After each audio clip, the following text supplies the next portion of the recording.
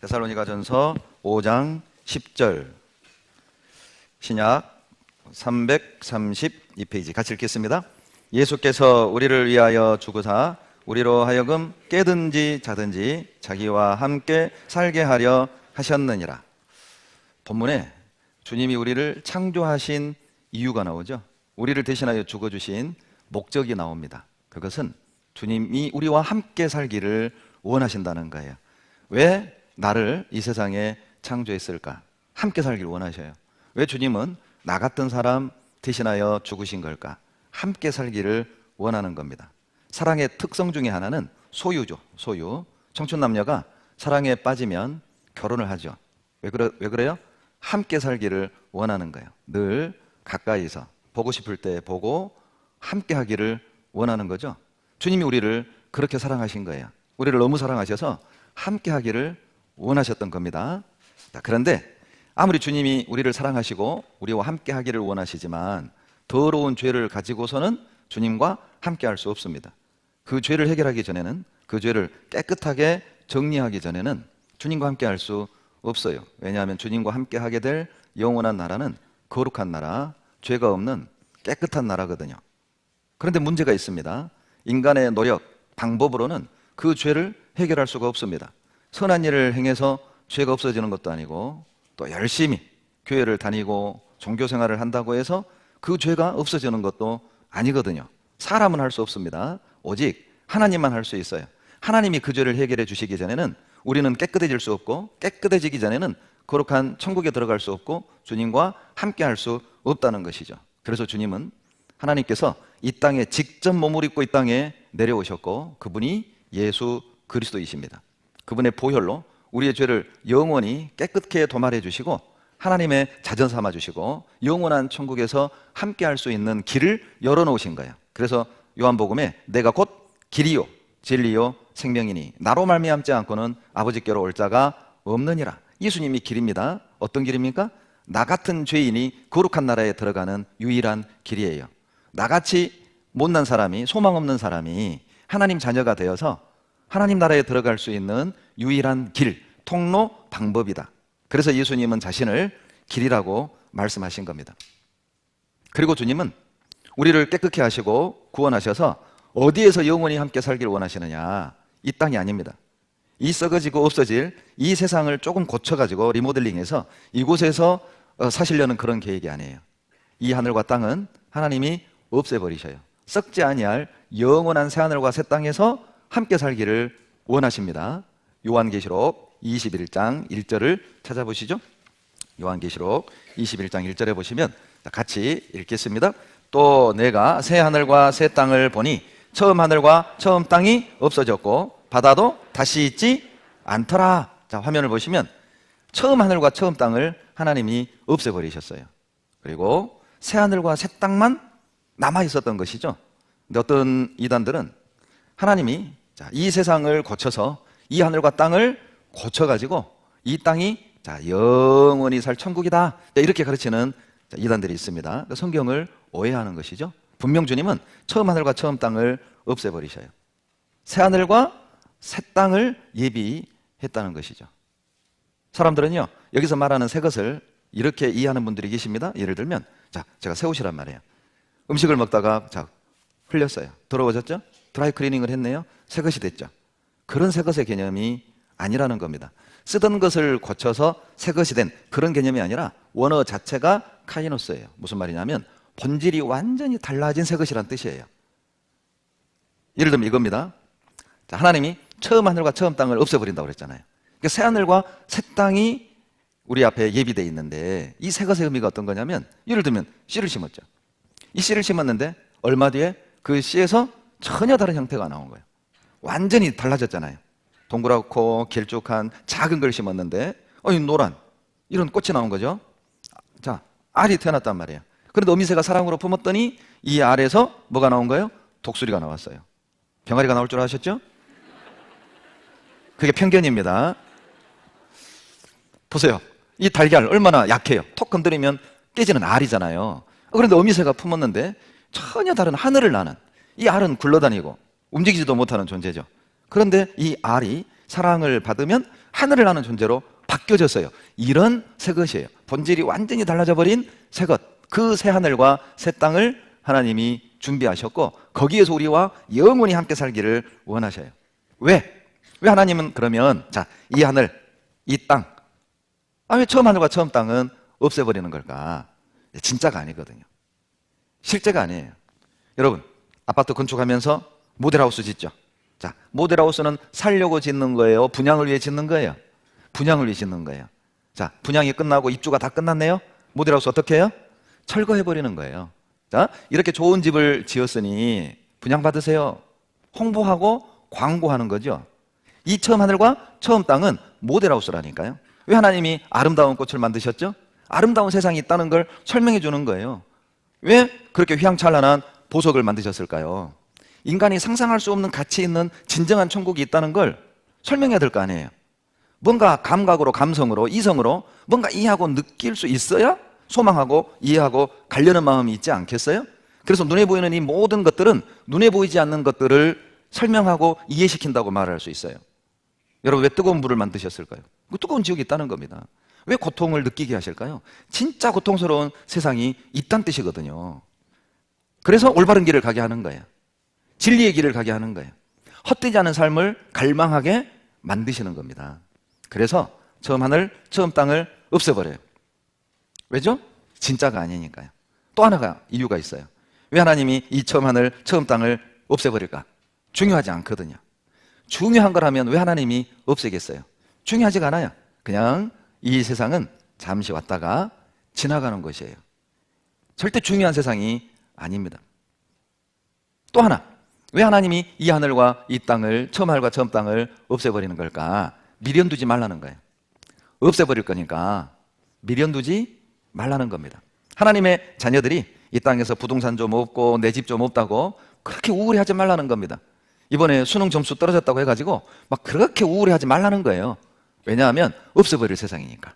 제가 계속 출퇴근하거든요. 퇴근하고 이제 경부고속도로 타고 평택을 가다 보면 동탄을 지나가요. 그런데 동탄을 지나가다 보면 야, 정말 휘황찬란한 그 고층 빌딩들이요, 아주 위험을 뽐내고 이렇게 쫙 서 있어요. 그런데 그게 평당 얼마니 그런 얘기가 들려요. 여러분, 부러우세요? 걱정 마세요. 곧 없애버려요. 시원하죠?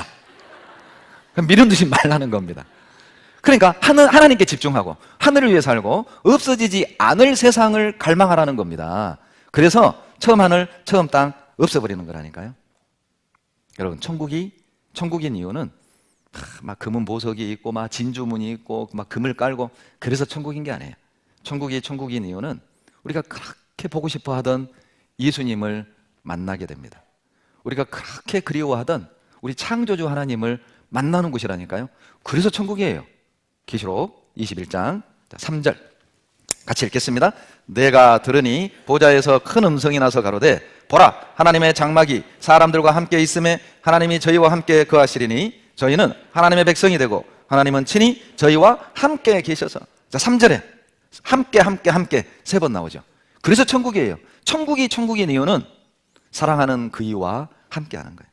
여러분, 수원에서 전라도 광주를 제일 빨리 가는 방법 뭐예요? 비행기? KTX?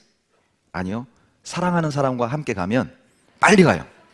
사랑하는 사람과 함께 가잖아요. 3시간이 30분 같아. 그런데 원수하고 같이 가봐요. 30분 또 3일 같아. 사람 마음이 참 묘하잖아요. 그러죠? 11평 기세는 집일지라도 서로 사랑하는 연인이 함께 한다면 한강 뷰가 보이는 그런 고급 맨션 부럽지 않습니다. 그런데 한강이 보이는 펜트하우스에 산다 할지라도 원수 같은 남편하고 살아보세요. 지옥이에요, 지옥. 거기가 어디가 천국이에요? 사랑하는 그분과 함께하는, 나를 대신해서 죽어주신 구세주와 함께하는 것, 거기가 천국인 거예요. 어찌 보면 우리는 이 땅에서 내 마음에 천국이 이루어진 거예요. 이루어진 천국을 살다가 진짜 천국에 들어가 함께할 뿐이에요. 그것이 신앙생활입니다. 기다려지지 않습니까? 드디어 이제 천국 가면 이산 가족 상봉하는 거예요. 천국에 우리 가족 다 있잖아요. 누구 있어요? 아브라함 형님 계시죠? 다윗 형님 계시죠? 솔로몬 성 거기 계시죠? 전라도에서는 성이라고 그래요. 우리 가족들이잖아요. 그러니 어때요? 얼마나 행복할까요? 마치 명절에 간만에 가족들 만나는 것처럼 거기가 주님이 우리를 위해 예비하신 천국이에요. 자, 그런데 새하늘과 새 땅을 들어가려면 새 사람이 돼야 해요. 새 사람이 돼야만 새하늘과 새 땅을 들어가요. 마음에서 올라오는 악한 죄, 악한 생각, 그것이 사람을 더럽힌다고 그랬잖아요. 그 더러운 모습으로는, 더러운 죄를 가지고는 갈 수가 없어요. 그 죄를 깨끗하게 씻고 깨끗한 사람만이 깨끗한 나라, 새하늘과 새 땅에 들어갈 수 있어요. 그런데 우리에겐 그 죄를 씻을 능력도 없고 그 죄를 없앨 방법도 없어요. 하나님만 능력이 있어요. 하나님이 우리를 깨끗게 하시고 우리를 구원하시고 성공하시면 우리는 새하늘과 새 땅에 들어가는 것이죠. 그래서 성경은 어떻게 새 사람이 되는지, 어떻게 죄를 씻고 거룩한 사람이 되는지를 우리에게 다양한 방법으로 말씀하고 있습니다. 누가복음 23장을 찾겠습니다. 누가복음 23장 39절. 누가복음 23장 39절로 43절. 제가 읽어드립니다. 달린 행악자 중 하나는 비방하여 가로되 내가 그리스도가 아니냐 너와 우리를 구원하라 하되, 하나는 그 사람을 꾸짖어 가로되 내가 동일한 정죄를 받고서도 하나님을 두려워 아니하느냐? 우리는 우리 행한 일에 상당한 보응을 받는 것이니 이에 당연하거니와 이 사람 행한 것은 옳지 않은 것이 없느니라 하고, 가로되 예수여 당신의 나라에 임하실 때에 나를 생각하소서 하니, 43절 같이 읽죠? 예수께서 이르시되 내가 진실로 내게 이르노니 오늘 내가 나와 함께 낙원에 있으리라 하시니라. 여러분, 수학책은 수학 가르치려고 있죠. 영어책은 영어를 가르치려고 있는 거예요. 성경은 구원을 가르쳐주기 위해 있는 겁니다. 이 누가복음 23장의 두 강도의 사건을 통해서 하나님이 어떻게 우리가 구원을 받는지를 설명하고 계셔요. 어떻게 더러운 사람이 새 사람이 되는지를 아주 명확하고 분명하고 쉽게 설명해 주고 계십니다. 얼마나 못된 짓 했으면, 얼마나 전과가 많으면, 얼마나 흉악한 사람이면 붙잡혀서 사형 집행당하는 순간이에요. 예수님이 십자가에 못 박히는 그 순간 양옆에 강도 2명도 함께 못 박힌 거예요.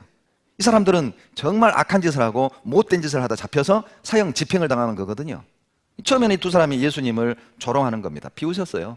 야, 너 듣자 하니 너 하나님의 아들이라며 너도 살리고 우리도 살려봐. 믿어줄게. 그럼 왜 바보처럼 죽어? 너 죽은 사람도 살렸다며, 뭐 벙어리도 말하게 했다며, 너 소문에 듣자 하니 뭐 바람도 잠잠케 하고 파도도 잠잠케 하고 그런 능력이 있다며. 비웃는 거예요. 왜 바보처럼 죽냐? 마귀의 속삭임이죠. 마귀의 속삭임이었던 거예요. 그런데 주님이 원망도 저주도 하지 않아요. 한쪽에 있던 강도가 마음을 돌이킵니다. 야, 이 사람아, 너하고 나는 죄 때문에 죽지만 이분이 무슨 죄가 있느냐? 그리고 예수님께 간구해요. 하나님의 아들 예수여, 당신의 나라에 임하실 때 나를 생각하소서. 무슨 뜻이죠? 예수님, 염치 없지만 나 같은 인간도 천국 갈 수 있습니까? 예수님, 나 같은 사람도 구원받을 수 있습니까? 나를 구원해 주십시오. 할 수만 있다면 나를 구원해 주십시오. 구원받고 싶어요. 그런 뜻이죠. 그때 예수님의 대답입니다. 예의 염치 없는 인간아. 이렇게 안 나와요, 성경에. 오늘 내가 나와 함께 낙원에 있으리라. 놀라운 대답을 하셔요. 그래, 오늘 너가 나와 함께 낙원에 있으리라. 구원받은 거예요. 주님이 그 강도의 허물을 들춘 게 아니에요. 야, 이 나쁜 사람아, 너 평생 못된 짓 하고 남의 거 뺏고 사람도 죽이고 그런 악한 짓을 해놓고 이제 죽는 순간 뭐? 천국 가게 해달라고? 넌 염치도 없냐? 넌 양심도 없냐? 비난한 게 아니에요. 손가락질한 게 아니에요. 오늘 내가 나와 함께 낙원에 있으리라. 왜 하나님이 구원받은 강도 이야기를 기록하셨을까? 여기 앉아있는 우리에게 희망을 주는 거예요. 이 살인범 강도가 구원받았다면 너희가 왜 구원을 못 받겠느냐? 이 악한 사람도 내가 용서했는데 내가 너를 용서 안 하겠니?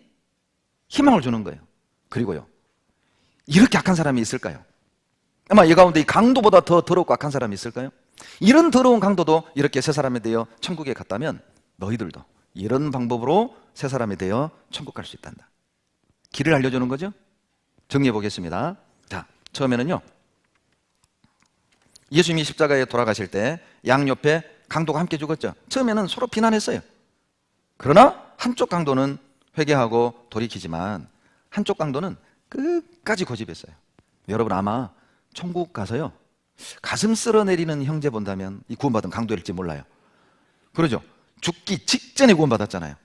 지옥 갈 직전에 구원받았잖아요. 그러니까 천국 가서 이야, 큰일 날 뻔했다. 아마 가슴 쓸어내리는 형제 보면 이 강형제일 거예요. 강형제. 강도가 구원받았으니까 강형제죠. 그래서 만약 지옥 가서 보면은요, 막 머리 쥐어뜯고 가슴 쥐어뜯고 있는 사람 보면 아마 이 강도일지 몰라요. 왜요? 예수님 가장 가까이 갔잖아요. 가장 가까이 가서 최고의 기회를 놓쳤잖아요. 끝까지 고집피웠잖아요. 구원이 쉬워? 야, 일주일 듣고 구원받냐? 나는 성경도 모르는데, 나 교회도 안 다녔는데, 나 착한 일도 안 했는데, 무슨 구원을 그렇게 쉽게 받아? 끝까지 자기 생각, 자기 고집 버리지 않아요. 여러분 어찌 보면 예수님 기준으로 두 종류의 사람이 여기 있는 거예요. 이 강도처럼 막 고집 피우고 말씀 안 듣고 자기 생각 주장하다가 이 강도처럼 마지막에는 내가 오해했구나. 내가 잘못 생각했구나. 주님의 은혜를 받아들이고 구원받는 사람이 있는가 하면은 끝까지 강도처럼 나는 뭐 목사님 그렇게 말하지만 나는 그렇게 생각 안 해요. 성경에는 그렇게 말씀하지만 그게 그렇게 쉬워요? 그 사람이. 어차피 우리는 두 종류의 사람으로 갈려요. 주님의 은혜를 받아들이는 사람, 끝까지 자기 기준, 자기 생각, 자기 방법으로 거부하는 사람. 자, 여러분은 어떤 사람이 되기를 원하십니까? 여기에 1번, 2번. 여러분 2번이 되십시오. 그리고 오늘도 구원받을 수 있어요. 오늘 너가 나와 함께 낙원에 있으리라. 이 강도가 오늘 구원받았잖아요. 죽는 그 순간 구원받았잖아요. 희망이 있죠? 구원은 어렵지 않습니다. 그걸 보여주시는 거예요. 자, 그러면 어떻게 이 강도가 구원을 받았을까? 그게 우리에게 중요합니다. 여러분, 이 강도는요, 하나님이 살아계신 걸 믿었어요. 뭘 보고 알아요? 하나님을 두려워하지 않느냐? 책망했잖아요, 한쪽 강도를. 하나님이 계신 게 믿어지면 두려워집니다. 그리고 두 번째, 죄를 깨달은 거죠. 우리의 행한 일에 상당한 보응을 받는 것이, 이 강도는 너하고 나는 지은 죄 때문에 지금 당연히 벌 받는 거지만 이분이 무슨 죄 있냐? 자기 죄를 깨달았어요. 그리고 간절히 구했죠. 하나님 아들 예수여, 당신의 나라에 마실 때 나를 생각하소서. 구원해 주십시오. 불쌍히 여겨 주십시오. 데려가 주십시오. 염치 없지만 하나님 도와주십시오. 구한 겁니다. 그리고 마지막 네 번째, 믿었죠. 오늘 내가 나와 함께 낙원에 있으리라. 여러분 물어봅시다. 자, 이 강도 지금 어디에 있습니까? 천국에 있어요. 어떻게 알아요? 주님이 말씀하셨잖아요. 오늘이거든요. 여러분, 이 오늘이라는 말은 우리에게 어떤 교훈을 줍니까? 구원은 단번에 받는다는 거예요. 오늘! 저는요, 과거에 이 진리를 깨닫지 못했을 때는 새벽재단 쌓고 철야하고 막 무등산 올라가서 산기도 하고 그렇게 열심히 잘 믿어야 주님이 봐줄 것으로 생각을 했어요. 그리고 내가 죄를 안 지어야 된다고 생각을 했어요. 근데 안 지을 수 있습니까? 그러니까 두려운 거죠. 그러니까 또 새벽재단을 쌓으러 가는 거예요. 그 차디찬 마룻바닥에 앉아서 주여 내 죄 용서해 주시옵소서. 그렇게 하면 일단 내 마음으로는 좀 안심이 돼. 왜? 내가 그렇게 했잖아요. 내가 이렇게까지 했는데 주님이 외면하시려고. 그런 기대. 그러니 새벽재단을 쌓고 나올 땐 좀 마음이 홀가분합니다. 그러나 또 저녁이 되면 또 답답해요. 하루 종일 죄 지었잖아요. 그러면 이제 또 통성하러 가는 거예요. 그것을 8년을 반복했어요. 그리고 저는 그게 잘 믿는 건 줄 알았어요. 왜냐하면 제 주변에 다 그렇게 믿었으니까요. 그런데 제 아내가 저에게 성경 공부해보자는 거예요. 저는 그런 전도 처음 받아봤거든요. 저도 제 친구들, 불자들, 무신론자들 제 교회 데려갔거든요. 전도하는 게 고작 예수 믿어라. 우리 교회 가자. 가까운 교회 가세요. 예수 믿으세요. 이거거든요. 그런데 제 아내는 성경 공부해보자는 거예요. 제가 또 공부하는 건 좋아하니까. 그래? 좋다, 가자. 그런데 1시간 반 버스를 타고 다른 도시로 가네. 완전 속았죠. 그리고 그 당시에는 성경 강의로도 3시간 했어요. 아마 이번 주에 제가 3시간 했으면 한 명도 안 올걸요? 그러니 이제 끝나고 집에 오면 막 새벽 1시, 12시인 거예요. 그리고 솔직히 저는요, 버스 타고 월요일 날 교회 가는 순간 딱 마음이 닫혀졌어요. 뭐야 이거? 나는 가까운 데 있는 줄 알았는데. 내 도시도 아니고 타 도시로 가는 거예요. 내가 사는 도시도 아니고. 난 내일부터 안 와. 이 딱 마음을 접었어요. 그리고 이제 말씀을 딱 듣는데 충격이었습니다, 저에게는. 저는 그냥 무작정 하나님이 계실 거라고 믿었지 이렇게 증거가 확실할 줄 몰랐어요. 말씀에 이런 내용이 있는 줄 몰랐어요. 그리고 두려워졌어요. 이거 안 들으면 안 되겠더라니까요. 화요일부터는 네 발로 왔어요. 금요일 듣고는 제가 사감실에 들어가 무릎을 꿇고 기도했어요. 하나님 살려주세요. 제가 모르고 그랬습니다. 구원해 주세요. 구원해 주시면 제가 두 번 다시 이렇게는 안 살겠습니다. 누가 시켜서 그런 게 아니라 말씀을 들으면 그 마음이 그냥 생겨요. 그리고 89년 4월 8일 하나님의 은혜와 사랑을 깨달았어요. 그날 하루에, 오늘 단번에. 왜 그럴까요? 구원은 내가 만약 이루어가는 구원이라면 열심히 믿어서 한 50% 이루고, 또 열심히 교회 다녀서 한 70% 이루고, 또 새벽제단 열심히 사서 한 80% 채우고, 그렇게 ING형 구원이겠죠. 내가 이루는 구원이라면. 그런데 구원은 하나님이 주시는 거예요. 주님이 주시는 거니까 단번에 받는 거라고요. 그리고 왜 단번에 받는 구원을 내가 깨닫지 못했냐면, 지금 생각하면은요, 구원을 행위로 얻는다고 생각을 했어요. 아니, 죄를 용서받으려면 내가 뭔가 거기에 대한 대가를 치러야지. 그래서 열심히 죄를 안 지도록 노력을 하고, 교회를 열심히 다니고, 헌금도 하고, 막 기도도, 새벽제단도 쌓고, 이래야 점점 구원을 받아가는 걸로 생각했다니까요. 만약 이렇게 구원 얻는 것이라면 강도 보세요.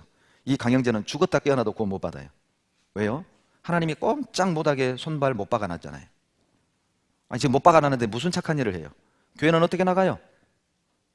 헌금은 또 어떻게 해요? 모르긴 몰라도 이 강도는요, 헌금통도 털었을란가 몰라. 강도잖아요. 그러죠? 그런데 구원을 받았단 말이죠. 무엇을 의미합니까? 행위로 구원 얻는 게 아니라, 잘 보세요, 은혜로 구원을 받는 거예요. 값없이 베풀어 주시는 은혜를 믿음으로 받아들이는 것이죠.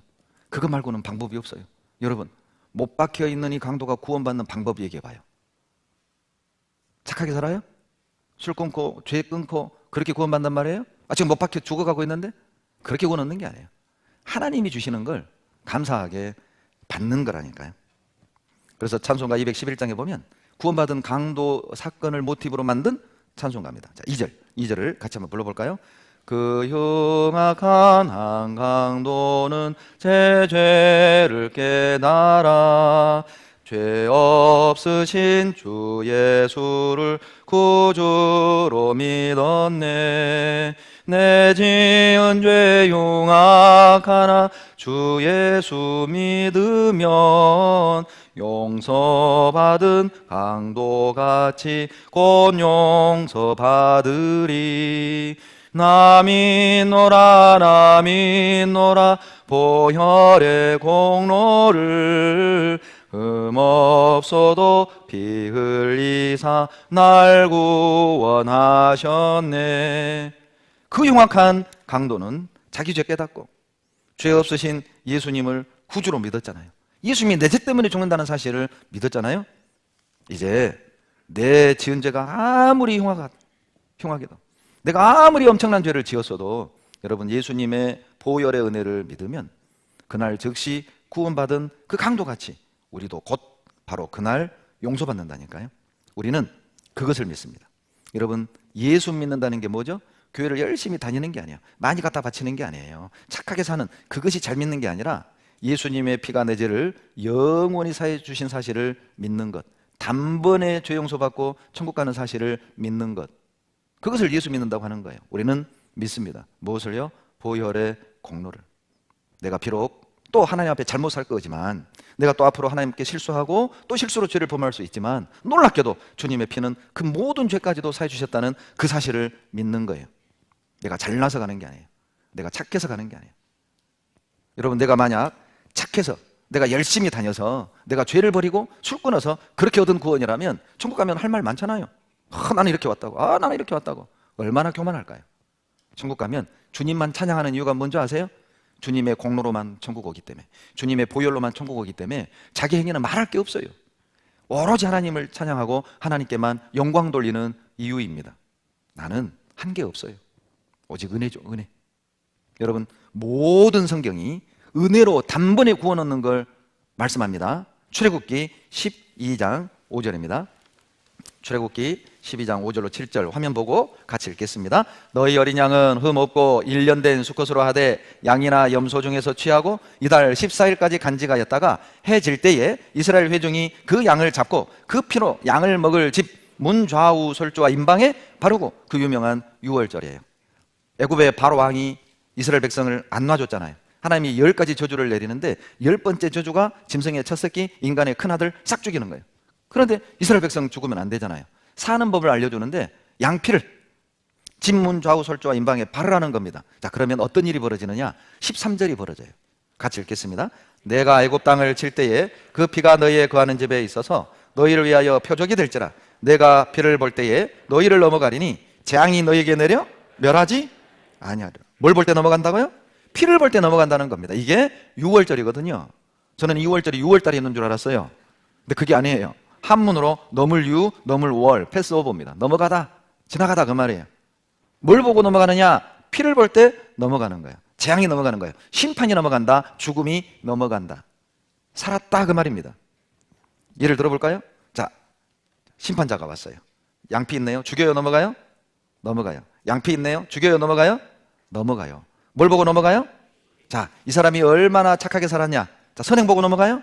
자, 얼마나 열심히 교회를 다녔냐? 헌금은 얼마나 많이 했느냐? 얼마나 많은 눈물로 돌이켰냐? 요거 보는 게 아니에요. 이 사람이 어떻게 살았냐? 이 사람이 어떤 행동을 했냐? 얼마나 선하게 살았냐? 그걸 보는 게 아니라, 보세요. 주님이 보는 건 한 가지입니다. 피를 보는 거예요.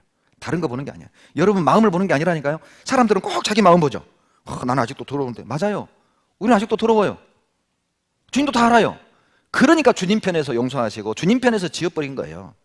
죄의 기질은 그대로 있는 거예요. 그래서 주님이 보라! 세상 죄를 지고 가는 하나님의 어린 양이로다. 너를 보라! 너 마음을 보라! 그게 아니에요. 우리 마음을 보면 기죽어요. 우리 마음을 보면 자신감 없죠? 우리 마음을 보면 우울해진다니까요. 우리 안에 거룩한 것이 없습니다. 누가 쓰레기통에서 깨끗한 걸 찾습니까?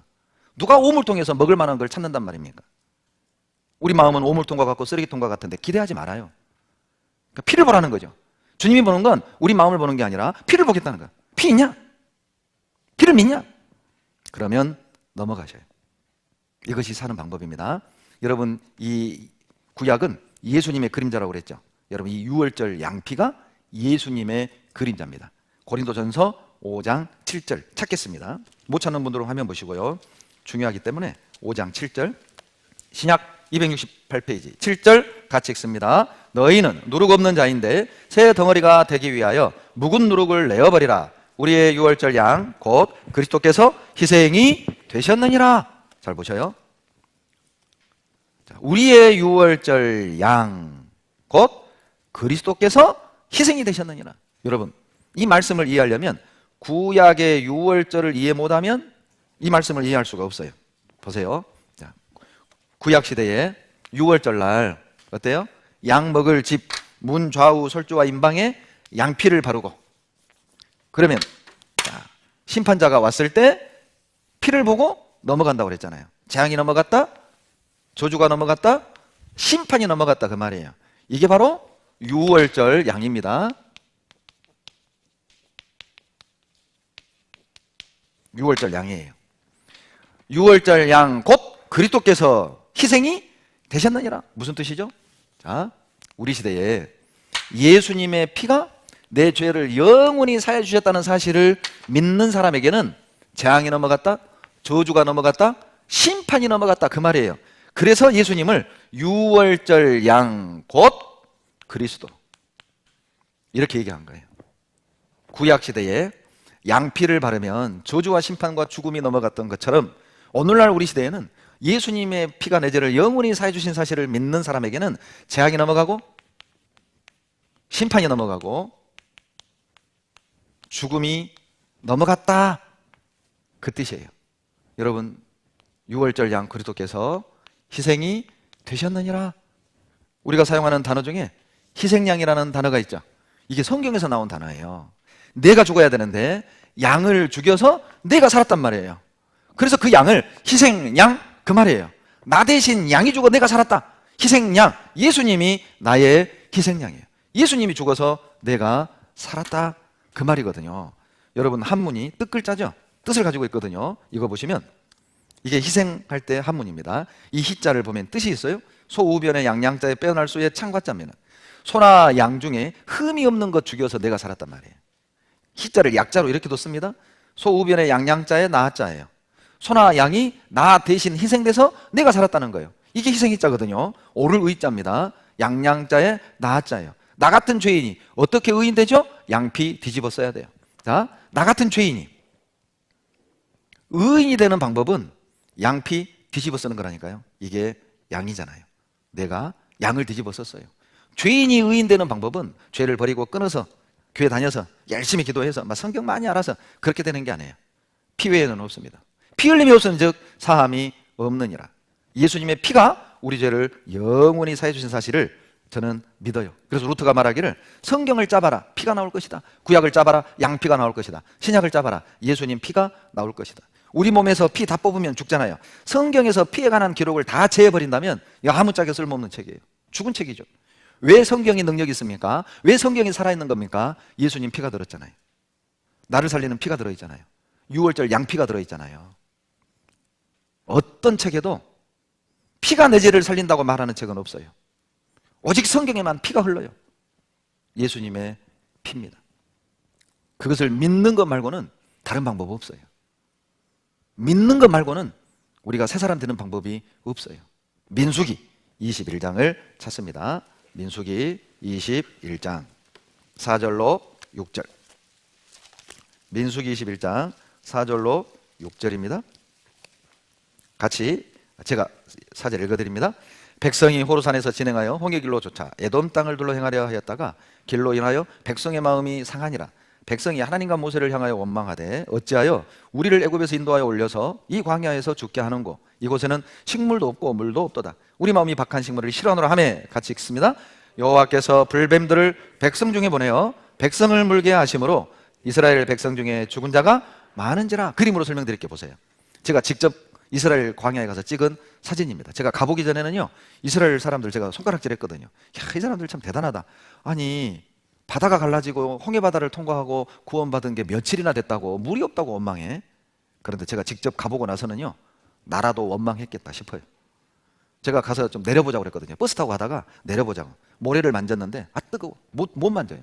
그랬더니 가이드가 뭐라고 하냐면 목사님 이거 이상 유효가지고 요즘 서늘한 거예요.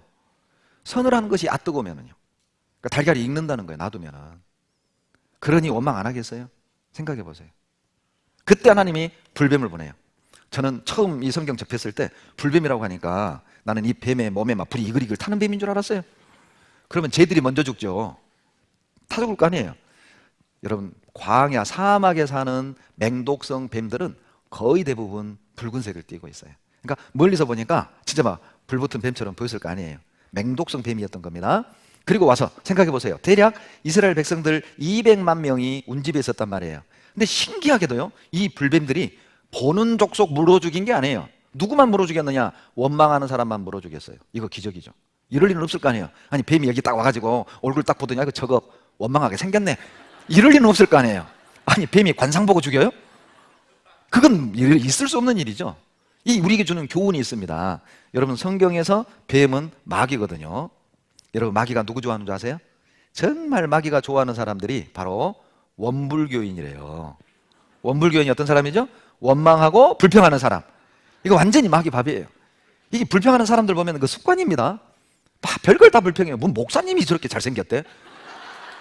그것도 불평이야. 이게 습관이에요. 습관 보면. 여러분 곰곰이 생각해 보세요. 나는 좀 불평하는 쪽인가요? 긍정적인 쪽인가요?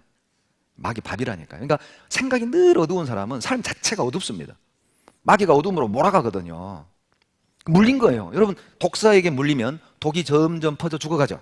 마귀에게 물리면 죄가 점점 퍼져서 마음이 무거워지고 어두워지고 죽어가는 거라니까요. 구원받은 사람 밝잖아요. 보면 감사하잖아요. 기뻐하잖아요. 완전히 달라요. 여러분 불평을 버리십시오. 원망을 버리십시오. 그런데 놀랍게도 하나님이 사는 방법을 알려줘요. 민수기 11장 8절로 9절에 보시면 여호와께서 모세에게 이르시되 불뱀을 만들어 장대 위에 달라 물린 자마다 그것을 보면 살리라. 같이 읽죠. 모세가 놋뱀을 만들어 장대 위에 다니 뱀에게 물린 자마다 놋뱀을 쳐다본 즉 살더라. 자, 놀라운 방법이죠. 놋으로 뱀을 만들어 장대 위에 달라는 거예요. 쳐다보면 살리라. 모세는 놋으로 뱀을 만들어 장대 위에 달고 소리 질렀겠죠. 여러분 놋뱀 쳐다보면 산다고 해서 놀라운 일이 벌어졌습니다. 쳐다본 사람은 감쪽같이 나았어요. 근데 신기한 건요 안 본 사람은 다 죽었어요. 수천 명이 죽었어요. 여러분 놋뱀 쳐다보는 거 어려워요? 쉬워요? 얼마나 쉬워요? 그런데 그걸 안 보고 죽었다는 건 뭘 의미죠? 고집 때문에 죽은 거예요. 교만해서 죽은 거라니까요. 누가 안 쳐다봤을까요? 나름 똑똑한 사람들. 그러죠? 야, 내 직업이 의사다. 뱀에게 물리면 해독제 먹어야지 무슨 저딴 거 본다고 살아? 난 해독제 찾으러 갈 거야. 죽은 거예요. 자기 생각을 버리지 않는 사람, 자기 고집을 버리지 않는 사람, 자기 방법을 버리지 않는 사람 죽는 거예요. 그런데 쳐다봤다는 건 여러분 믿은 겁니다. 여러분 보면 산다고? 그 말을 들었죠? 산다고? 믿었죠? 믿는 사람은 보는 행위가 나와요. 행함이 없는 믿음은 죽은 거예요. 말로만 보면 산대 안 봤어. 죽는 거예요. 말은 보면 산대 답이잖아요. 나 자기는 안 봐. 그 죽은 믿음이죠. 살아있는 믿음은 행동이 나온다니까요. 살아있는 믿음은 삶이 변화될 수밖에 없습니다. 우리 여러분 즉흥극 한번 해봅시다. 자, 제가 모세 역할하고 여러분이 이스라엘 백성 역할합시다. 저 찬양대 유선 마이크가 노뱀이라고 가정을 합시다. 이제 연극하는 거예요. 여러분, 노뱀을 쳐다보면 산다고 했어. 아니, 넋이 나갔어. 저 자매 나만 쳐다보고 있네. 제가 혼빼는 능력이 있기는 하지만 죽었어요. 정신 차리세요. 다시. 여러분, 노뱀 쳐다보면 산다고 했어. 예, 다 사는 거예요. 보면 살잖아요. 아, 여러분, 이 고개 돌리는 거 힘들어요. 이거 어려워요. 이 귀찮으면 눈알만 굴려도 돼, 눈알만. 그래도 사는 거 아니에요. 그렇지 않아, 보면 사니까. 이거 안에서 죽은 거 아니에요. 여러분, 구원이 어려운 게 아니라니까요. 왜 어려운 줄 알아요? 어렵게 생각하니까 어려운 거예요. 제가 애들 수학 가르쳤거든요. 직각삼각형의 빗변의 길이를 구하는 방법 공식만 알면 얼마나 쉬워요. 밑변의 제곱 더하기 높이 제곱은 빗변의 제곱과 같다. 공식만 알면 얼마나 쉬워요. 그걸 모르니까 세상에 자로 갔다가 그걸 재고 있어요. 해보셨죠? 시험 볼 때 해보셨죠? 공식을 모르니까 얼마나 어려워요. 알면 그렇게 쉬운 것을 여러분 보면 삽니다. 자기 마음 보라고요? 노뱀 보라고요? 노뱀 보면 산다니까요. 여러분, 그러면 우리도 노스로 뱀 만들어서 대문에다 걸어놓을까요? 여러분, 노뱀은 또 누구일 것 같아요? 예수님이에요. 벌써 이제 감이 오죠. 성경은 예수님의 이야기예요. 예수님의 전기라고 보시면 돼요. 요한복음 3장 14절입니다. 요한복음 3장 14절로 15절. 자, 같이 읽겠습니다. 모세가 광야에서 뱀을 든 것 같이 인자도 들려야 하리니 이는 저를 믿는 자마다 영생을 얻게 하려 하심이니라. 광야에서 뱀을 든 것 같이 인자가 높이 들려 하리니 이는 저를 믿는 자마다 영생 얻게 하려 하심이니라. 여러분, 모세가 광야에서 높이 들었던 이 노뱀은 십자가에 높이 매달린 예수님을 미리 보여준 거예요. 구약에 노뱀 쳐다보면 살았던 것처럼 우리 시대에는 예수님 보세요. 예수님 보세요. 자기 보지 마세요. 자기 보면 실망합니다. 자기 보면 또 넘어져요. 우리는 또 죄질 거라고 알아요. 주님도 알아요. 그래서 주님이 다 해결해 주신 거예요. 영원히 해결해 주신 거예요. 앞으로 빚질 거 알아요. 그 앞으로 질 빚까지도 미리 갚아주신 거예요. 앞으로 질 죄까지도 미리 갚아주신 거예요. 사는 방법은 예수님의 보혈의 공로를 강도처럼 오늘 믿음으로 구원받는 거예요. 얼마나 감사합니까? 여러분, 도대체 왜 예수님은 이 모진 고난을 받으셨을까요? 왜 도대체 주님은 이 고통스러운 길을 감내하신 걸까요? 15절 이어서 그 유명한 16절이 연결돼 나옵니다. 왜 예수님이 십자가에 높이 매달렸습니까? 그걸 설명하는 단어는 딱 하나예요. 사랑입니다. 사랑이에요. 요한복음 3장 16절 다 같이 읽겠습니다. 하나님이 세상을 이처럼 사랑하사 독생자를 주셨으니 이는 저를 믿는 자마다 멸망치 않고 영생을 얻게 하려 하심이니라. 모세가 광야에서 뱀을 든 것 같이 인자도 높이 들려 하리니 이는 저를 믿는 자마다 영생 얻게 하려 하심이라. 하나님이 세상을 이처럼 사랑하사 연결되어 있잖아요. 왜 예수님이 십자가에 높이 매달렸단 말입니까? 하나님이 배연기를 이처럼 사랑하사, 여러분 이 세상에다가 자기 이름면 돼요. 자기 이름 넣으면 돼요. 하나님이 배연기를 이처럼 사랑하사, 이처럼은 어떻게 해요? 십자가에 죽기까지. 죄송하지만 육신의 피부치도 나를 이렇게 사랑하지 않아요. 나와 그렇게 절친인 친구들도 의리는 찾지만 결정적일 땐 나를 대신해 이렇게 죽을 수 없습니다. 그런데 주님은요, 나를 대신하여 십자가에 죽으셨어요. 저는 거부할 수 없었습니다. 거부할 수 없는 사랑이죠. 거절할 수 없는 사랑 아닙니까? 왜 여러분 이것을 불어 거부하시나요? 왜 이것을 일부러 믿지 않으려는 거죠? 그분의 사랑이 거룩한 곳에서 이 더러운 똥통 같은 세상에 내려오게 만든 거예요. 자석이 쇠를 끄는 것처럼 나를 향한 긍휼을 기는 그 사랑이 끌어당긴 거예요. 주님이 이 땅에까지 끌려 내려오셨어요. 사랑에 끌려서. 그리고 누구도 사랑하지 않는 이 세상에 누구도 주님을 사랑하지 않았고 누구도 주님을 따르지 않았잖아요. 주님이 잡히시던 그날 제자들도 다 도망갔잖아요. 철저하게 버림받은 겁니다. 하늘이 어두워졌습니다. 해가 가려졌어요. 하나님도 그 순간 고개를 돌린 겁니다. 아버지요, 이 잔을 내게서 옮기시옵소서. 다만 내 뜻대로 마옵시고 아버지의 뜻대로 되기를 원하나이다. 하나님의 뜻이 십자가에서 이루어진 겁니다. 하나님의 뜻이 무엇입니까? 아버지의 뜻은 이것이니 아들을 보고 믿는 자마다 영생 얻는 이것이니라.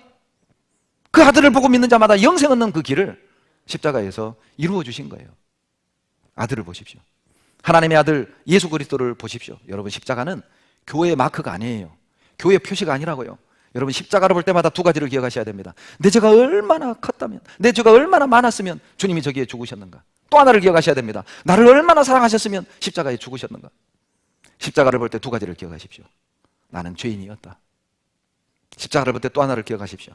그가 나를 대신하여 죽으셨다. 그가 나를 대신하여 죽으셨어요. 그러면 충분한 겁니다. 여러분이 이미 은혜는 충분해요. 더 필요하셔요. 여러분, 내 죄를 용서받는데 예수님의 고통, 예수님의 눈물, 예수님의 고난, 예수님의 아픔, 예수님의 죽음, 이것이 부족하단 말입니까? 이것 외에 무엇이 더 필요하단 말입니까? 저는 믿습니다. 그분의 보혈의 은혜를 믿습니다. 믿는 자마다 멸망하지 않습니다. 영원한 생명을 얻는 방법, 믿는 거예요. 저는 이 은혜를 믿어요. 여러분, 의사가 십자가 고통을 의학적으로 설명을 하는데 저는 그 은혜가 더 와닿았어요. 한번 들어보시죠. 당시 로마는 모든 형을 집행하기 전에 죄수를 기둥에 묶어두고 죄수의 등에 태형, 즉 채찍질을 가했는데, 이때 사용하는 채찍은 가죽끈에 작은 공 모양의 나비나 날카로운 양의 뼈를 붙여낸 것이었습니다. 채찍에 맞게 되면 보통 처음에는 피부가 찢어지고 멍이 들게 됩니다. 하지만 계속 맞다 보면은 피하 조직이 찢어지고 또 근육 속에 있는 혈관들이 터져서 몸의 구석구석에 피가 고이게 되죠. 떨어져 나간 피부 조직 밖으로 피가 계속 새어나와서 빈혈 상태가 됩니다. 연곡도 내리치는 채찍질로 예수님의 살과 등은 찢겨졌습니다. 등은 너무나도 심한 매질에 뼈가 거의 드러나 보일 지경이었습니다. 채찍으로 맞은 상처는 50kg이나 되는 통나무가 어깨 위를 내리누르자 아물기도 전에 다시 벌어졌을 것입니다. 또한 그 상처 속으로 거친 통나무가 사정없이 파고들었을 것입니다. 기진맥진한 몸으로 갈보리 언덕에 도착한 예수님. 십자가에 못 박히기 전 로마 군인들은 상처에서 흘러나온 진물로 몸에 착 달라붙은 예수님의 옷을 사정없이 벗겼습니다. 이 상태에서 옷을 벗기면 마치 화상을 입은 정도의 통증을 느낀다고 합니다. 이윽고 로마 군인들은 예수님을 나무에 양팔을 단단히 묶고 양 손목에 길이 14cm나 되는 수못을 박았습니다. 그런 다음 왼발과 오른발을 포개어 발목에 또 못을 박았습니다. 세 개의 못은 손과 발로 가는 중심 부위를 지나는 혈관과 신경을 끊게 되는데 이로 인해 출혈이 시작됩니다. 또 끊긴 신경의 통증은 인간으로서는 참을 수 없는 한계를 넘어서게 되죠. 또한 호흡곤란 상태로 인해 더 극심한 고통을 느꼈을 것입니다. 예수님은 숨을 제대로 쉬기 위해서 발을 밀어 올리고 팔꿈치를 구부리면서 어깨도 함께 들어 몸을 위로 끌어올려야 하셨을 것입니다. 그러나 이런 동작은 못 박힌 발에 몸무게 전체를 싣게 되므로 심한 고통을 주게 됩니다. 더욱이 팔꿈치를 구부리는 동작은 못에 박힌 손목을 돌리게 하고 팔의 신경을 더욱 손상시키게 되므로 고통이 가중되어서 결과적으로 예수님은 매번 호흡할 때마다 극심한 고통으로 인해 치명적인 산소 부족을 경험했을 것입니다. 예수님의 옆구리에서 피와 물이 흘러나왔다는 것은 예수님의 심장이 파열돼서 돌아가셨다는 것을 의미합니다. 심장에는 심낭이라는 것이 있는데 파열된 심장에서는 심낭으로 피가 흘러나오게 되고 시간이 지나게 되면 여기에 있는 이 피와 마찬가지로 적혈구가 아래로 내려오게 되고 위에 맑은 물이 고이게 됩니다. 로마 병사의 그 날카로운 창이 예수님의 옆구리를 찔렀을 때 거기서 물과 피가 흘러나왔다는 것은 예수님께서 극심한 고통 속에 심장이 파열되어서 돌아가셨다는 것을 의미합니다. 심장이 파열되기까지 우리를 지극히 사랑하신 예수님. 예수님께서는 우리를 대신하여 십자가의 참혹한 고난을 몸소 당하셨습니다. 우리를 사망의 골짜기에서 구원하시기 위하여 상상을 초월하는 극심한 고통도 겪으셨습니다. 갖은 고통 다 겪으신 후 운명하셨습니다. 그리고 부활하셨습니다. 성경은 러브스토리입니다. 하나님과 우리와의 러브스토리죠. 예수님과 나와의 사랑 이야기입니다. 여러분, 이 세상에 심장이 터지도록 나를 사랑해 준 이가 있습니까? 예수 그리스도, 우리 주님이 나 같은 사람, 하나님 앞에 드릴 것 없는 나 같은 사람, 심장이 터지도록 사랑하셨어요. 그 사랑에 굴복하십시오. 불효자식은 자기 죄 큰 것만 알지 부모 사랑 큰 거는 몰라요. 여러분, 그게 불효자식입니다. 부모님의 마음은 아랑곳하지 않고 자기 형편만 집중하는 사람, 불효자식이잖아요. 하나님 앞에 불효자식이 되지 않았으면 좋겠어요. 그래요. 우리 자신은 악합니다. 우리 자신은 참 못났고 하나님 앞에 또 실수로 죄를 범할 수 있는 그런 연약한 사람입니다. 그럼에도 불구하고 우리가 주님 앞에 나아가는 건 그분의 은혜와 사랑 때문이에요. 그런 나를 받아주시는, 그런 나를 자녀 삼아 주신, 심장이 터지도록 사랑해 주신 그 은혜를 믿기 때문입니다. 여러분, 영어로 고문하다가 excruciate입니다. 이게 x는 무엇으로부터라는 뜻이잖아요. cruciate, 십자가로부터. 고문하다라는 영어 단어는 십자가에서 나온 단어예요. 주님이 고문을 당하는 것 같은 극심한 고통을 받으신 거예요. 그가 채찍에 맞음으로 우리가 나음을 입은 거거든요. 그분이 죽지 않았다면 내가 죽었어야 돼요. 절대 부모는 자식 포기 못합니다. 여러분, 아주 오래전이네요. 동부 이천동에서 6층 아파트에 불이 났어요. 난간에 두 아들과 어머니가 간신히 나왔어요. 공사장에서 갈고리를 걸어내리는데 이 두 아들이 먼저 안 가는 겁니다. 그러니까 엄마가 아들들을 살리려고 난간에 매달린 거예요. 빨리 가라고. 그런데 이 아이들이 어머니를 잡아 올리려는 거예요. 어머니가 손을 놔버렸어요. 6층에서 뛰어 떨어졌어요. 이 두 아들이 어머니 갈고리를 타고 내려왔어요. 어머니가 떨어진 곳으로 뛰어간 겁니다. 세상에, 어머니가요 바지를 훌 털고 일어나네. 6층에서 떨어졌는데 알고 봤더니 1층 상가 슈퍼마켓 채양 위에 턱 튕겨 떨어져 산 거예요. 여러분, 물어봅시다. 그날 저녁 설거지 아들이 했을까요? 엄마가 했을까요? 청소 아들이 했을까요? 엄마가 했을까요? 아마 아들들이 그랬을 거예요. 어머니 앉아 계세요. 제가 할게요. 그것이 신앙생활입니다. 복 받으려고 하는 게 아니라 이미 받은 은혜가 감사해서 주님을 섬기는 게 신앙생활이에요. 여러분, 주님이 우리를 포기하지 않으려고 예수님을 포기하셨어요. 내가 너를 포기하지 않으려고 예수를, 나의 아들을 포기했단다. 히랍에 자리우쿠스라는 왕이 있었답니다. 그 나라에 이 강간죄가 너무 간음죄가 횡행하는 거예요. 그래서 간음하다 잡히면 두 눈 뽑는다. 극단적인 법을 만든 거예요. 하필 그 다음날 왕자, 하나밖에 없는 왕자가 현장에 잡혔어요. 이제 신하들이 소곤소곤 되는 겁니다. 에이, 설마 하나밖에 없는 아들을 눈 뽑겠냐? 아니야, 저분은 뽑을 거야. 속닥속닥 하는 거예요. 왕이 명령합니다. 저 죄인의 눈을 뽑아라! 누가 감히 왕자 눈을 뽑아요? 뽑지 않으면 내 놈 눈을 뽑겠다. 왕자의 눈을 도려냈어요. 떼굴떼굴 비명을 지르고 구릅니다. 또 하나의 눈을 뽑으려는 순간, 잠깐! 눈 2개 뽑으면 된다고 했지? 내 눈 뽑아라. 누가 왕 눈에 칼 댑니까? 칼을 뺏어서 스스로 자리우쿠스가 자기 눈을 도려내요. 하나님 마음이 느껴지지 않습니까? 죄의 싹은 사망이요. 죄값을 주님이 심판의 채찍을 하나님의 아들 예수님의 후려친 거예요. 나에게 내릴 심판의 채찍을 우리 주님이 온몸으로 다 받으신 거예요. 요한일서 4장 9절 다 같이 읽겠습니다.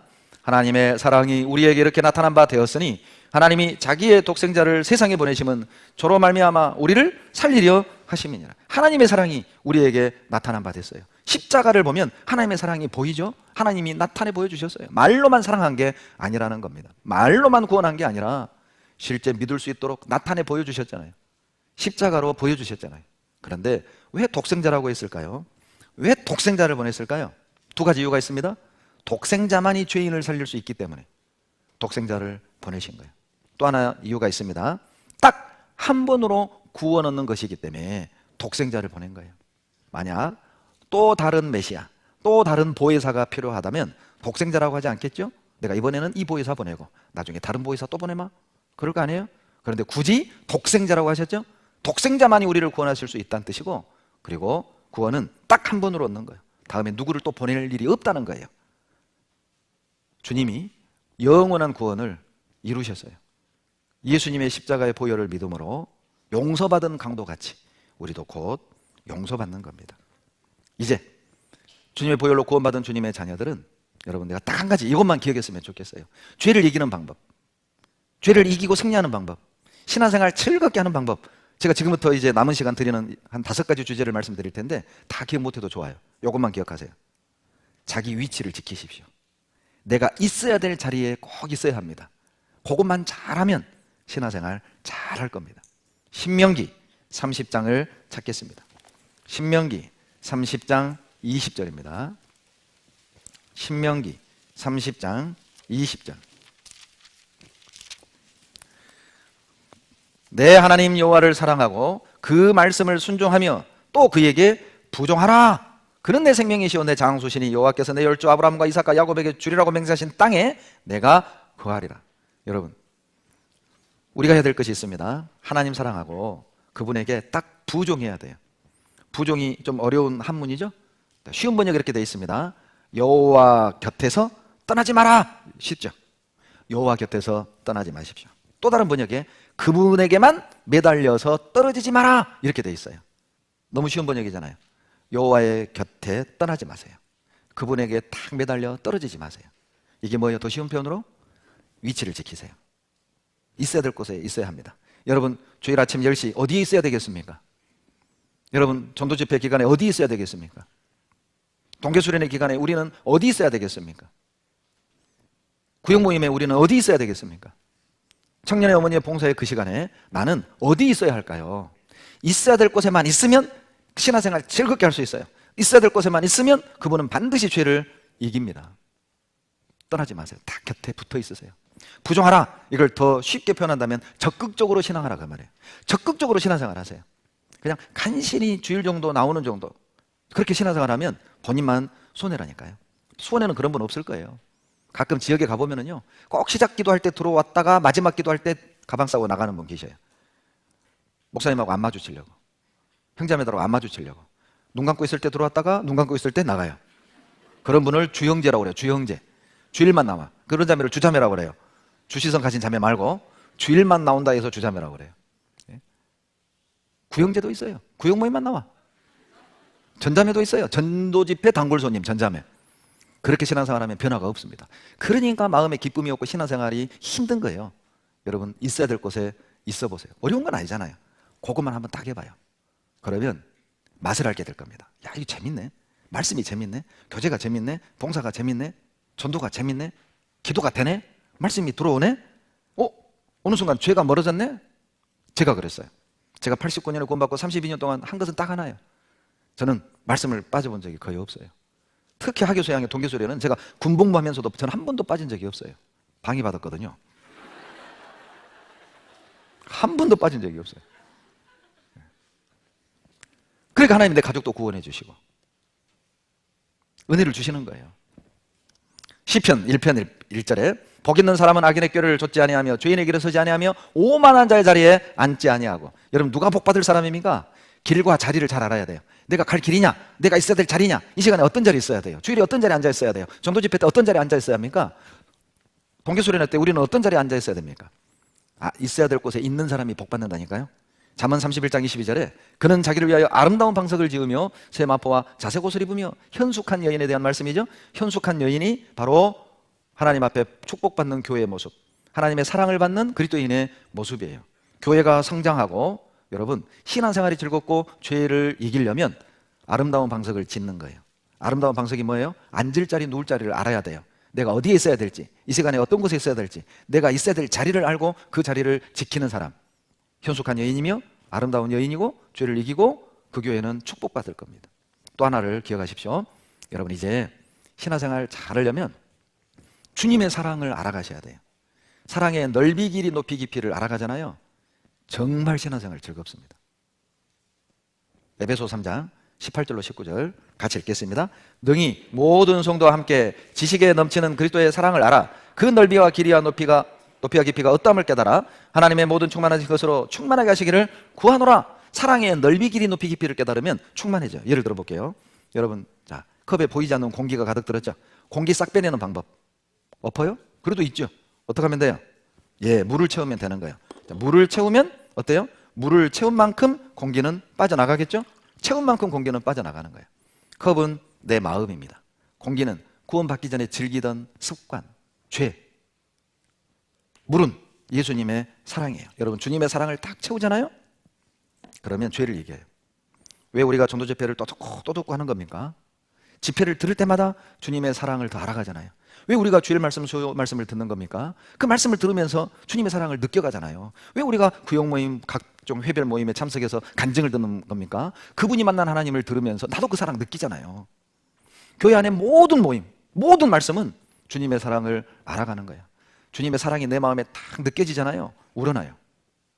제가 결혼하고 4년 만에 하나님이 첫 아이를 주셨어요. 얼마나 기다렸는지 몰라요. 근데 제가 그때는 전도사였기 때문에 형제자매들이 저에게는 안 물어봐요. 왜 애가 없냐고 안 물어봐요. 그런데 꼭 할머니들이, 제가 강남교구를 담당했는데 우리 자매에게 물어본대요. 자매 왜 애가 안 서? 전도사님이 문제요? 자매가 문제야? 그러면 이제 자매는 막 크게 막 끙끙 앓는 거예요. 나한테는 말은 못하고. 그러던 어느 날 하나님이 첫 아이를 딱 주셨어요. 얼마나 예쁘는지 몰라요. 제가 소파에 앉아가지고 막 그 아이를 막 쪽쪽쪽쪽 빨았어요. 근데 어머님이 제 옆에 앉아가지고 물끄러미 보시더라고요. 제가 물었어요. 어머니도 저를 이렇게 사랑하셨어요? 어머니가 정색을 하고 딱 째려보더니 말이라고 하냐? 그때 제가 딱 깨달았어요. 실은 저도 알고 있었어요. 어머니가 제가 5남 2녀 6번째거든요. 그러니까 얼마나 저를 또 늦둥이에요, 제가. 형님하고 7살 터울이에요, 바로 위하고. 그러니까 얼마나 예뻐해요, 어머니가. 알죠? 어머니가 막내 아들 사랑했다는 걸. 그런데 제 경험으로는요, 자식 낳아보기 전엔 절대 부모 마음 모릅니다. 그거 느끼겠더라고. 제가요, 부모가 딱 되니까 어머니 사랑을 알겠더라고. 머리에서 알던 사랑이 마음에서 딱 이루어지니까요, 올라와요. 어떤 마음이? 잘 모셔야겠다. 참 잘 모셔야겠다. 이런 거였구나, 어머님 은혜가. 그게 신앙생활이에요. 여러분, 신앙생활 혹시 힘드세요? 여러분 봉사 쉬고 싶으세요? 혹시 누군가가 용서가 안 되세요? 전도 집회 다시 들으십시오. 주님의 사랑의 넓이 깊이 높이 깊이를 깨달아 가세요. 주님의 사랑이 딱 느껴지면 문제될 게 없습니다. 예를 하나 들어볼까요? 여러분, 청춘 남녀가 이제 데이트를 해요. 연애를 해요. 근데 아가씨가 전화 왔어요. 난 사는 곳이, 총각이 사는 곳은 수원인데 전라도 광주에서 만나재요. 데이트를 거기서 하재. 자, 먼다고 안 가요? 멀어도 가요? 그러죠. 멀다고 안 가는 사람하고는 절대 결혼하지 마세요, 아가씨들. 멀어도 가요. 또 아가씨가 전화 와서 데이트하재요. 근데 지금 막 업무 때문에 막 바쁘고 피곤해. 나 바쁘고 피곤해서 못 가. 그렇게 대답해요. 시간 내서 가요? 시간 내서 가요. 그게 사랑의 능력입니다. Power of love. 사랑에 빠지면 피곤해도 가고 멀어도 가고 그러죠? 사랑하는 사람 만나면, 저도 자매하고 막 이렇게 결혼 이렇게 약속하고 연애할 때는요, 제가 이제 그 기간에는 막 제가 만나면 저는 막 시를 써갖고 갔어요. 시를 쓰고. 근데 그 자매가 그거 다 버렸대요. 상처. 제가 좀 감성적이고 우리 자매는 좀 확 씩씩해요. 왜? 기쁘게 해주고 싶은 거예요. 사랑하는 사람 만나면 막 기쁘게 해주고 싶은 거예요. 그러니까 막 장미 한 송이라도, 없는 살림에 장미 한 송이라도, 글이라도 써서. 왜? 사랑하니까. 그게 신앙생활이니까요. 사랑의 넓이 길이 높이 깊이를 여러분 깨달아 가세요. 제 큰애하고 둘째하고 3살 터울이에요. 그런데 이제 이 큰애가 둘째하고 잘 안 놀아. 어렸을 때, 국민학교 다닐 때 말이에요. 그도 그럴 것이 둘째는 너무 시끄러워. 얘는 말을 너무 많이. 그래서 제가 가끔 그래요. 너 입 안 아프냐? 그러니까 이제 언니가 싫어하는 거예요. 그러니까 친구들 집에 들어오면 언니들 방에 가지고 지들끼리만 놀고 동생하고 안 놀아줘요. 그러니까 둘째가 오해했던 거예요. 언니는 나 싫어해. 저는 몰랐어요. 제가요, 우리 아이들 갓난아이 시절 다 사진 동영상 다 찍어놨거든요. 연도별로 모아놨어요. 그래서 가끔 어렸을 때 이 동영상을 같이 다 틀어서 봐요. 그런데 큰애가 4살 때, 둘째가 1살 때, 세발 자전거 뒤에다가 언니가 동생을 태우고 거실을 맴맴맴맴 돌면서 언니가 돌아보고 동생에게 다빈아 재밌어? 다빈아 재밌어? 이 장면을 언니랑 가족이 다 같이 본 거예요. 그걸 보다가 둘째가요, 그때 9살이었습니다. 조용히 이러다니 집 안으로 쏙 들어가더라고. 한참을 있다가 이걸 들고 나온 거예요, 화면에. 언니 작은 선물이지만 기쁘게 받아줬으면 좋겠어. 언니 사랑해. 작은 선물 초콜릿 하나 하고요. 찍찍이 지갑. 옛날에 유행 찍찍이 지갑. 그 찍찍이 지갑을 여기다 딱 올려놓고 또 돈도 들어있어. 열어봤더니 100원. 2학년 때는 엄청난 재산이잖아요. 이걸 딱 써가지고 지 언니한테 준 거예요. 그때 안 거야. 언니가 나를 사랑했구나. 언니가 나를 사랑했다는 걸 이 아이가 딱 느끼니까 지가 제일 아끼는 찍찍이 지갑 언니에게 준 거예요. 이게 사랑의 능력입니다. 주님 사랑을 더 알아가십시오. 그리고 거듭난 사람들을 꼭 가까이 하셔야 돼요. 다 같이 읽겠습니다. 한 사람이면 패하겠거니와 두 사람이면 능히 당하나니 삼겹줄은 쉽게 끊어지지 아니하느니라. 신앙생활 혼자 하면 절대 죄 못 이깁니다. 죄를 이기고 싶으세요? 자주 모이세요. 이거 봐봐요. 종이 한 장은 찢기 어렵잖아요. 요거는 어려워요. 우리 각자는 넘어지고 자빠질 수밖에 없는 연약한 사람이라니까요. 그러나 연약한 우리가 함께하면 이겨요. 여러분, 기러기는요 한 번 날아갈 때 4만 킬로를 이동합니다. 절대 혼자는 못 갑니다. 항상 기러기는 기역자로 무리를 지어서 날아가죠. 이유가 있어요. 제일 앞에 있는 기러기가 바람을 막아요. 뒤에 있는 기러기는 71%의 에너지를 아낍니다. 앞에 있는 기러기가 지치죠? 그러면 교대를 해줘요. 이런 식으로. 그렇게 해서 함께 날아가는 거예요. 제가 이 영상을 보면서 이게 우리 교회다. 신앙생활 꼭 이렇게 하십시오. 한번 보세요.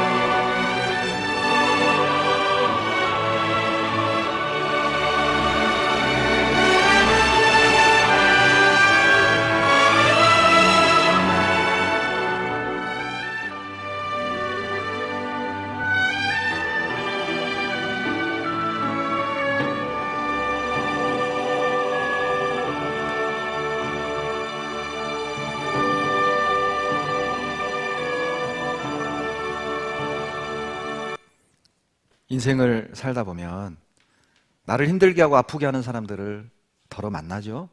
그런데 참 슬픈 것은 나를 아프게 하고 힘들게 하는 사람들은 늘 내 가까이에 있는 사람들이에요.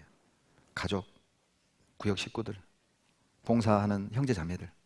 신기하죠. 가까이 있기 때문에 서로 아프게도 하는 겁니다. 그러나 그때 이걸 꼭 기억하셔야 돼요. 왜 하나님은 나를 아프게 하고 힘들게 하는 이들을 내 가까이 두셨을까? 이유는 그들이 나에게 필요하기 때문이에요. 그들이 있기에 나도 지금 여기 같이 있을 수 있는 거거든요. 인생의 여정은 절대 혼자 갈 수 없습니다. 그래서 내 곁에 사랑하는 형제 자매들을 두신 거예요. 옆 사람 봐보세요. 따라서 하세요. 당신은 나에겐 없어서는 안 될 사람입니다. 예, 맞아요. 우리는 서로 없어서는 안 될 사람이죠. 그리고 사도행전 2장 46절로 47절에 날마다 마음을 같이하여 성전에 모이기를 힘쓰고 집에서 떡을 떼며 기쁨과 순전한 마음으로 음식을 먹고 하나님을 찬미하며 또 온 백성에게 칭송을 받으니 주께서 구원받는 사람을 날마다 더하게 하시니라. 여러분, 놀라운 방법이 나와 있죠. 날마다 구원받는 사람을 주님이 더해주는 비결, 모이기 힘쓰세요. 46절은 우리가 할 일, 47절은 하나님이 하실 일. 우리가 46절만 하면 반드시 하나님이 47절 하십니다.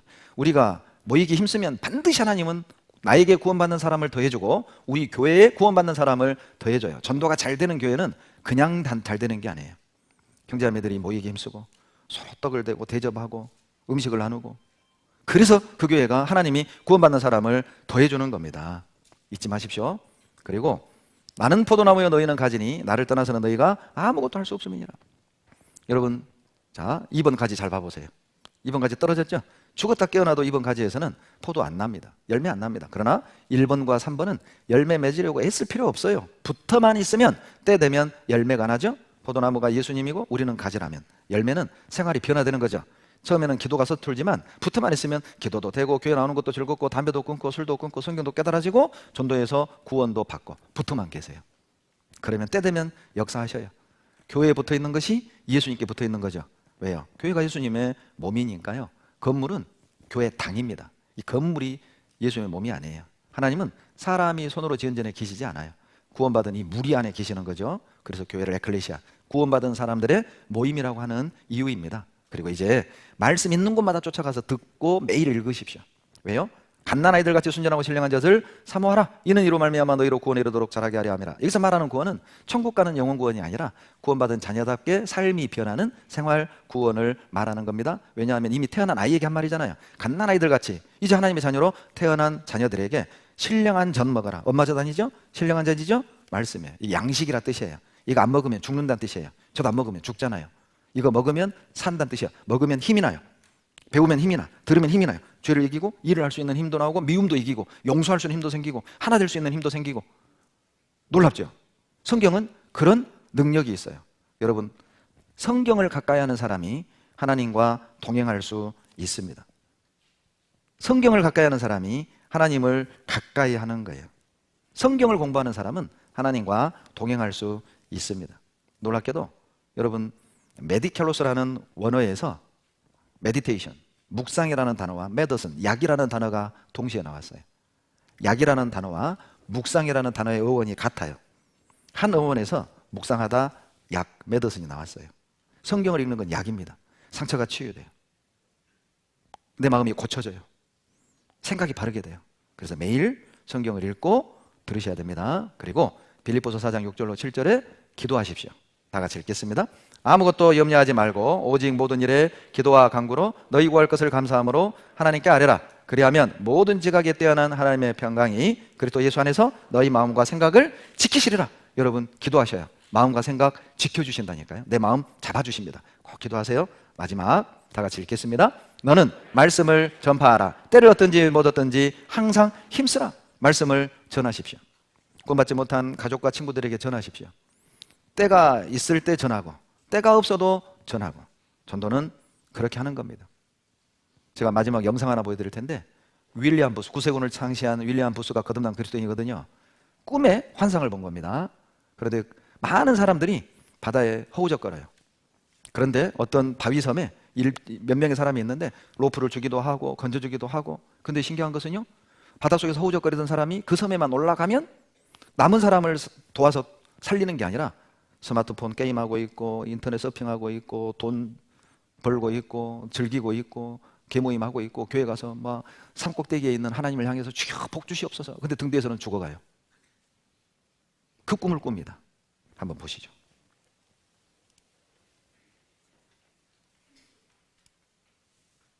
The ocean. In that ocean, I thought I saw multitudes of poor human beings plunging and floating and shouting and shrieking, cursing and struggling and drowning. And out of this dark, angry ocean, I saw a mighty rock that rose up with its summit towering high above the stormy seas. And all round the base of the rock, I saw a vast platform. And on this platform, I saw with delight a number of the poor wretches continually climbing out of the angry ocean. And I saw that some of those who were already safe on the platform were fervently helping the poor creatures still in the angry waters to reach safety. But something puzzled me. Although they had all been rescued at one time or another from the ocean, nearly everyone seemed to have forgotten all about it. Anyway, the memory of its darkness and danger no longer troubled them. And what was equally strange and perplexing to me was that most of these people did not seem to have any care, that is, any agonizing care, about the poor perishing ones who were struggling and drowning right before their eyes. But then I saw something wonderful. I saw a great being from above come straight from his palace, right through the dark clouds. And he leapt right into the raging sea among the drowning people. And there I saw him toiling to rescue them until the sweat of his great anguish ran down in blood. And he was continually crying to those already rescued, to those whom he had helped with his own bleeding hands, to come and help him in the painful and laborious task of saving the lost. But the strangest thing of all was that those on the platform to whom he called were so taken up with their trades and professions and money saving and pleasures and families and community and gatherings and religions and arguments about it that they did not respond to the cry that came to them from this wonderful being who had himself by his spirit gone down into the sea. 우리 모습이 아니었으면 좋겠습니다. 여러분, 비극이 무엇입니까? 사업이 망하는 게 비극이 아닙니다. 사랑하는 사람에게 버림받는 게 비극이 아니라 이 땅에 진정한 비극이 있다면 구원을 받았다는 사람들이 자기 육신을 위해 사는 거예요. 은혜를 받았다는 사람들이 그냥 자기 가족만 챙기고 안락하게 사는 것에만 관심 두고 사는 거예요. 그게 비극 아닐까요? 여러분, 구경꾼이 되지 마시고 일꾼이 되십시오. 왔다 갔다 손님 되지 마시고 가족이 되시길 바랍니다. 같이 기도하시겠습니다.